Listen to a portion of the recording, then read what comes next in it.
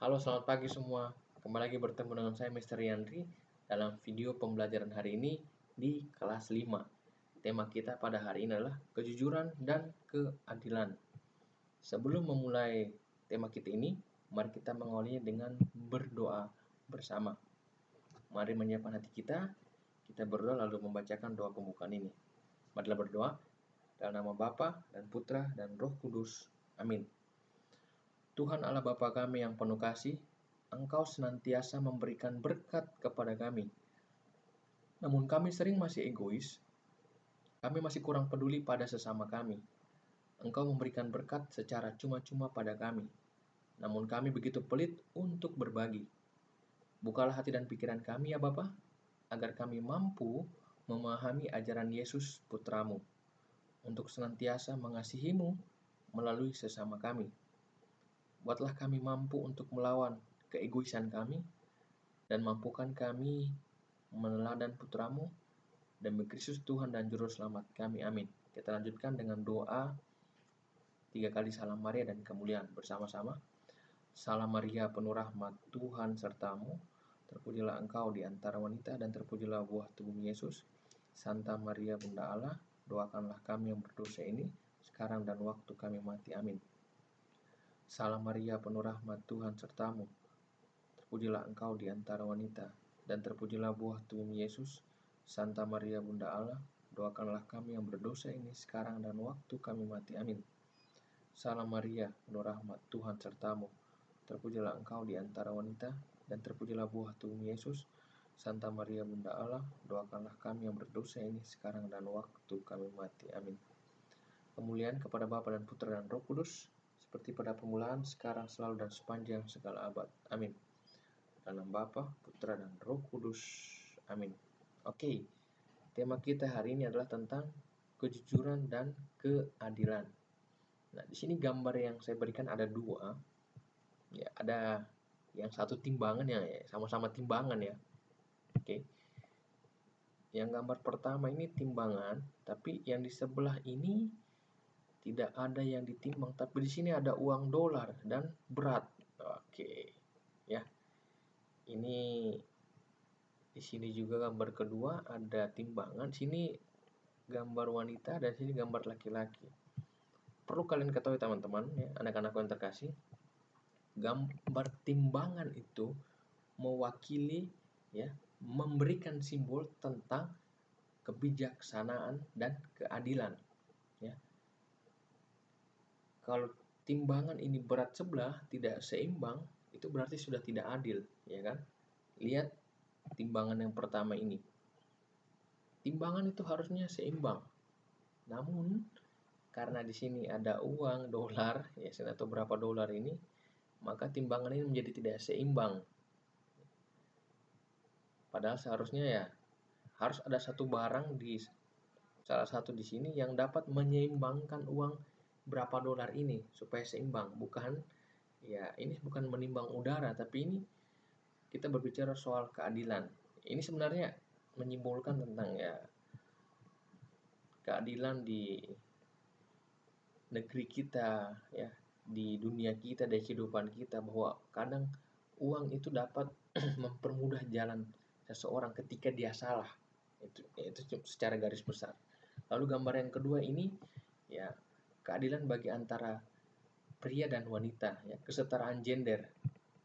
Biasanya kan ada tradisi di masyarakat kita yang memandang perempuan itu kelas 2. Lebih tinggi itu laki-laki, perempuan itu di bawah.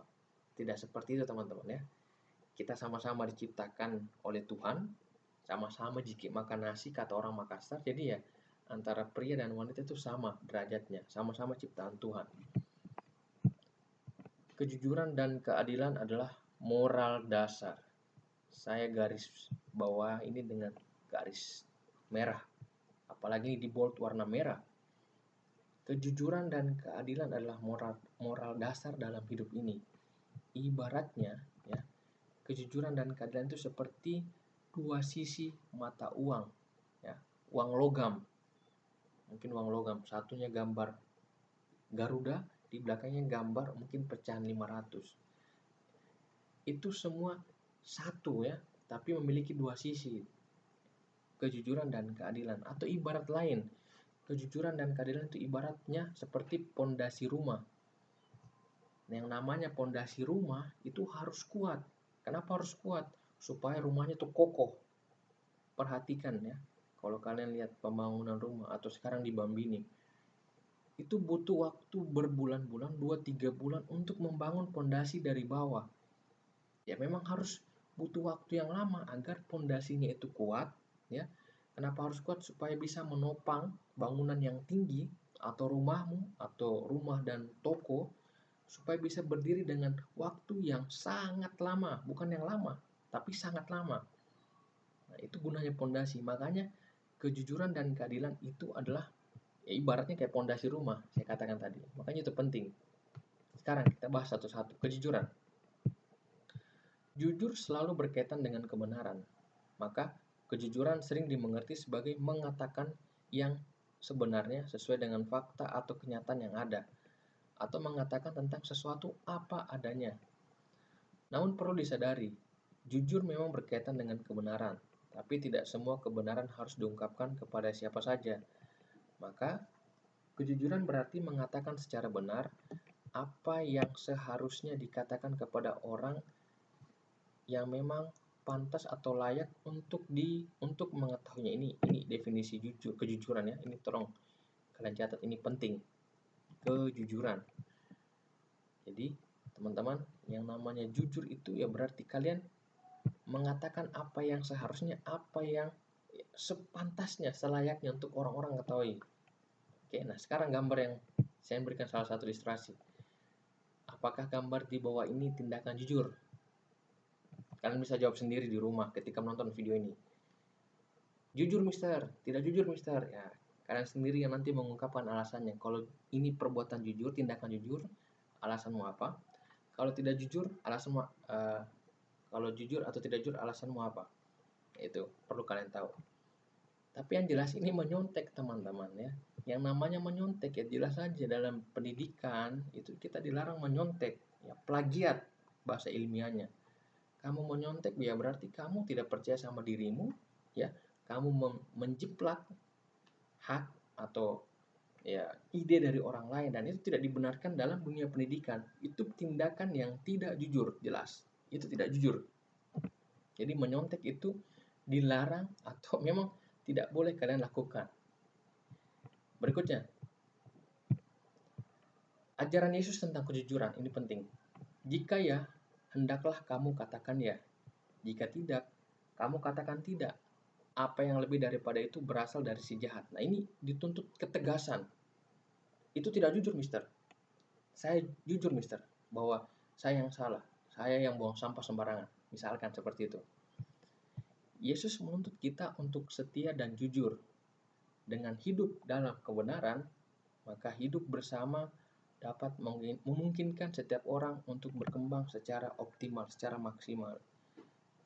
Kalian yang menjunjung tinggi kejujuran itu akan menjadi pribadi yang luar biasa ke depan.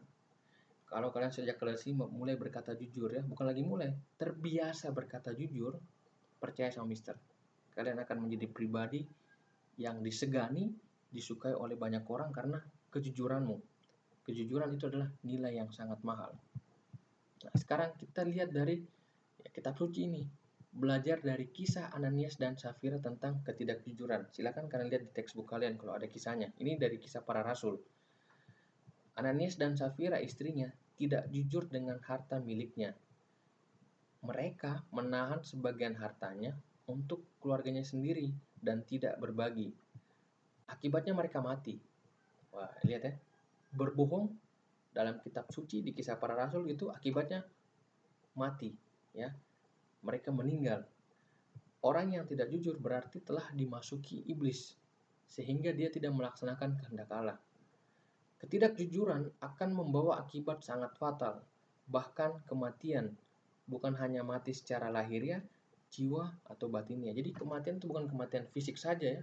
Tubuh kita tinggalkan, jiwa kita pergi mungkin ke surga atau kemana. Tapi orang yang tidak jujur itu ya di sini dikatakan ya bukan hanya mati fisik tapi juga hatinya itu loh, jiwanya ya kan, dia tidak berkembang secara maksimal. Jadi poin pertama dari kejujuran ini ya jelas ya, apa yang kamu hendak ya, kita kembali ke pesan Tuhan. Hendaklah kamu mengatakan ya. Jika tidak, kamu katakan tidak. Ini ketegasan sekali lagi ya.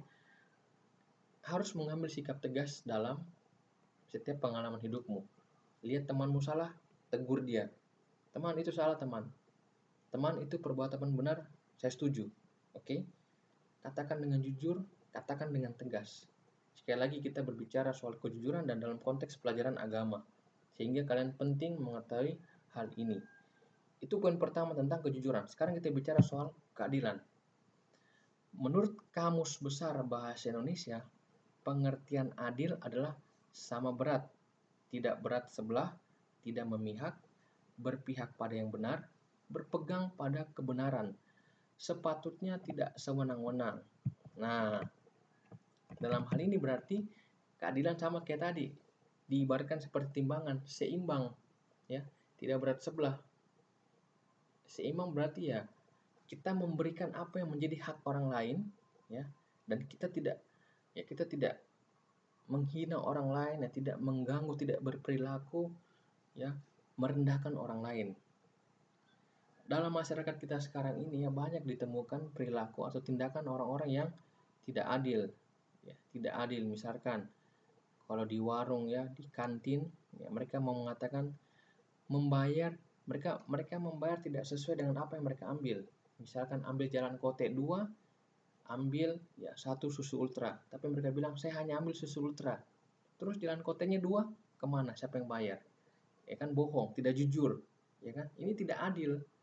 Tindakan yang tidak adil ini kalau terbiasa dalam diri kita, maka nanti akan seperti ya orang-orang yang pintar dan dikatakan seperti koruptor, ya. Koruptor itu adalah mereka yang berada dalam kursi dewan, dalam pemerintahan. Mereka menerima gaji dari pajak-pajak masyarakat, namun mereka menyalahgunakan itu. Mereka menggunakan uang dari masyarakat untuk masuk ke kantong mereka, kantong saku celananya, bajunya, bukan lagi kembali ke pembangunan daerah atau pembangunan masyarakat. Jadi teman-teman, berpegang pada kebenaran. Ingat ya, kejujuran dan keadilan itu saling berkaitan. Berikutnya,